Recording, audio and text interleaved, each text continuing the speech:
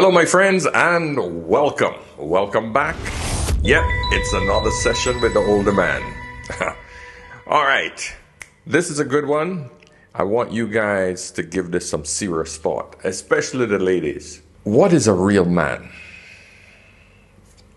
That's the number one question you need to ask yourself. What is a real man? This term has been coming across my feed time and time again, and women will insult men. This is their way of saying, oh, you're not a real man. You're not a real man. And this has been a major insult across all generations. So what is a real man? This is what I want to discuss with you today. Okay, and I'm hoping that you ladies will chime in on this. But as usual, before we continue, hit that old subscribe button. Give me a thumbs up. Like the video. Come on, show the algorithm that this is where you're getting some good knowledge. Of course, I gotta say it, if you guys need some help, you need some counseling, you need some information, you need guidance, you need some mentoring, log in to askanolderman.com, book a session with the older man. Let's have a talk, let's chat for half an hour, 1 hour, so that you can get whatever you have on your chest off of it, so you can breathe, relax, know that you're making some more intelligent decisions. This is for the people that did not have a father figure, did not have a mentor in their life. Someone that just needs a little more guidance, just that person that needs that little reassurance that they're making the right decision on something that's affecting them emotionally. Now listen, I'm not a counselor. I'm by no means. I'm just a guy that's been through a lot in life so far, got a lot of experience with life. That's it. And I'm a thinker. I'm a critical thinker. That means I don't approach things from an emotional perspective. I tend to look at it from a logical, critical thinking perspective. Okay, so with all that said, let's talk about what we're going to get into today. And this was one of the videos that triggered me right here, where this young lady had a very interesting chat with an older woman. I had an older lady tell me, she's, I think, just past 40, and her husband, I think, is like in his late 30s, like so maybe like 41 and 39. They've been married for a while. I was talking with her about some problems we were having in our marriage, and she said, Joyce, what it sounds like to me is that your issue is that you are married to a real man, and a real man is not going to be ruled by a woman. And that hit me like a ton of bricks, and it immediately came to my mind when I was reading this excerpt. When she says, don't go down the path of expressing criticism, disapproval, and an ultimate lack of acceptance for your husband because it may cause rebellion, she's telling the truth. A real man is not going to allow himself to be a pushover to the woman he has chosen. I had an older lady tell me, she's, I think, just past 40, and her husband, There you go. There you go. Does she have a point? Do you agree with her? Let's break it down. Let's break it down critically. Let's ask yourself this simple question, ladies. Do you want a man that's stronger than you? If the answer is yes, which I know 99.99% of women will say, yes, I need a man stronger than me. I don't want a man weaker than me. Do you want a man that's making more money than you? Yes. Do you want a man that's wiser, that is older, wiser, much more mature, someone that can be either on your level or above so that you can learn something from him? If the answer is yes, which 99% of women do want, do you want a man that's taller than you? Answer is yes. I've not met a woman that says, yeah, I want a shorter man than me. So just those four things. Do you want a man that you can push over and boss around and make your little bitch? I don't hear you, ladies. There's this cricket noise that I'm getting from afar. I know under those 5 circumstances, you said no. So, if that qualifies as a man that you want, oh, and I want to add a 6th one in. Do you want a man that's more feminine than you, or just as feminine as you are? And I know the answer is going to be no. So let's just make it 6. If you answered no to all of those questions, and you have that man, you know you have a man that you consider a real man. If the man gives up any of those positions, it's only then that you should be qualified to say to him, you're not a real man. Am I right? Come on. These are questions you guys got to answer yourselves. And I know it's going to trigger the feminists because I know they cannot answer yes to any of those questions that I just asked. You will come with this, well, he doesn't have to be taller than me. He could be the same height. Oh, well, it's 50-50. We should go 50-50. Bullshit. 99% of you don't want that man that's lesser than you, regardless of what your feminist ideals are telling you. You don't want it. Don't care how hard you fight against that biologically. Every single woman wants that man that I just described. If I'm lying, write in the comments and tell me that it isn't so. If that is the case, and that is the man that you want, and then you fight against that man in your relationship, and that man pushes back, don't be pissed off or upset that he's doing what a man does. He puts you back where you say that you want to be, in the lower position. Unfortunately, that's what you qualified yourself for. Listen to what I just said. That is what you qualified yourself for, because you wanted a man who was superior to you. You just don't like that word. If the man's taller, stronger, smarter, have all the qualities that you just freaking explained and I just told to you, these are all superior qualities. He makes more money, etc., etc. These are all superior qualities. You want a real man. You know, I'm glad it's a woman that's saying these things, because the second it comes out of a man's mouth, women will reject it. This is the problem with you ladies. The problem is that you don't like to hear it from a man. Even though you know it, deep down, actually I don't even think it's that deep, you know it. You just cannot admit that, hey, that's the man I want, and I am in that position. Now, here's the thing. Every woman wants that man, but you know what she tries to do constantly? She constantly tries to test that man, constantly. Hey, I've been married 18 years, 19, 18. I'm just looking to see if my wife is listening.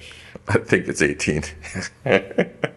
Right? And she still tests me. She still pushes back. She still tests me. If I don't feel like fighting, I'll say, yes, dear. Yes, yeah, sure, fight.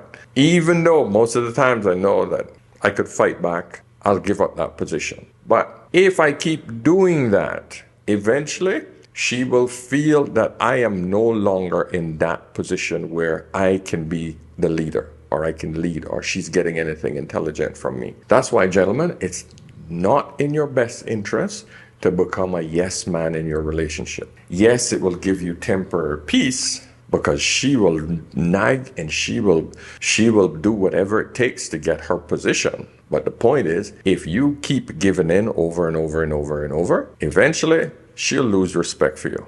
You got to know when to relinquish your position if it's not that important. But try to understand one thing. It is her duty to keep pushing. Now you might say, Paul, what do you mean by that? It is her duty to keep you, my friend, sharp. She needs to be constantly reassured that her man knows how to fight for her, because she's constantly sparring with you. She's keeping you sharp. She don't care about the fact that you got to go out in the world every day and stay sharp. She's going to keep you sharp in your house. This is important for her, to feel reassured that her man still is the man. Ladies, I understand why you do it. I'm trying to explain to men why they're facing these issues. Women will test you. And if they're not testing you, something's wrong. The problem is, a lot of these modern women keep pushing and pushing and pushing and pushing to the point where there's no peace in the house, where she just wants that position so bad. She wants that man to take the bitch position so bad that she pushes until she pushes him out of the house. Because what is the one thing every man wants? One thing. Peace. Peace, peace, peace. That's it. Men value peace and harmony. He wants to go outside, fight the world and come home to a peaceful home. It is a woman's job to provide a peaceful, calm, loving environment. That is her job, regardless if she has to go out and work as well. Unfortunately, women constantly need mental stimulation. She needs that constant emotional turmoil. Unfortunately, females need constant emotional drama in order to feel like they're alive. Men just want peace. That's it. That's why we can go to our little man cave, chill the hell out, watch a game. I don't watch sports. But my thing is, I'll get on and I will do my computer stuff. I'll do this. This is peaceful for me. But the point is that we have our ways of shutting down when we get home, where women just feel like they need that sort of, the only way they can shut down and feel at peace is if their brain is still going a little nuts. Scary movie to jump every once in a while. Crime dramas. My wife could tell me about every medical procedure. She watched so many medical dramas on Netflix and all of these other channels. That's her peaceful time after she comes home from hitting the world, because she has a high-powered job as well. She comes home. She likes to have her little dramas. So, guys, understand that we both operate differently, and we need to understand each other. But with all that said, as usual, I don't want to keep this too long, but let's read some of the comments that came across so that you guys can see how other people are thinking about this situation. You might be surprised how many men don't think like this. So you can think about how many of these men were brought up by single mothers. Just try to detect who they are. Art. Mboya Art says, black women do great with real niggas, but not so great with real men. I hate using that word. I'll say that I'll be Americanized right now. I hate using the N word. I don't think it's appropriate. I think we should eliminate it from our lexicon, from our dialect, because it doesn't. Number one, it just sounds ignorant. Number two, it just shows you a lack of decorum, a lack of respect, because I feel that when you call a man and a black man a nigger, it literally just puts black men in a particular type of group where I don't respect anyone who uses that term. And I think men, all of us men, should eliminate that. Okay, so let's look at some more comments. This guy, Chris Aim, says, men came from women. Women taught the first male born how to be a man. No, she didn't teach him how to be a man. A woman cannot teach a man how to be a man. She can teach him how to be a strong woman. Only a man can teach a man how to be a man. I cannot teach a man how to be a woman. I cannot teach a girl how to be a woman. So don't expect a woman to be able to teach a boy how to be a man. It's impossible. I'm raising my sons against the bullshit you said you're going to tell your sons. I would tell my son to live your life and have fun. So what I would tell my son is the brutal reality of the world. It's going to be ugly. It's going to be brutal. It's not going to be okay. You will suffer like a motherfucker if you don't get to work. You better compete and compete early. Every day you wake up, you're in competition. My sons are going to be ruthless, and they're going to own your sons. And that's why single women, they raise these boys, and it kind of sets them up. Because if there's not a strong father in the house, the son is at a disadvantage. It's ruthless out there. It is nature. The experiences that both males and female have are significantly different in the world. So it's impossible for a woman to teach a boy how to be a man. Donka says, this is so true. Women have to humble themselves to be with a real man. Be back to that term again.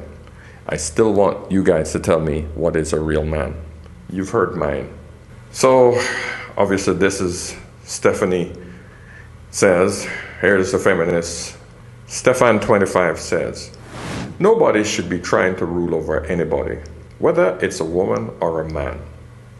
The issue is whether or not the man is a real man or not, more so than the person who thinks it's okay to walk all over somebody just because.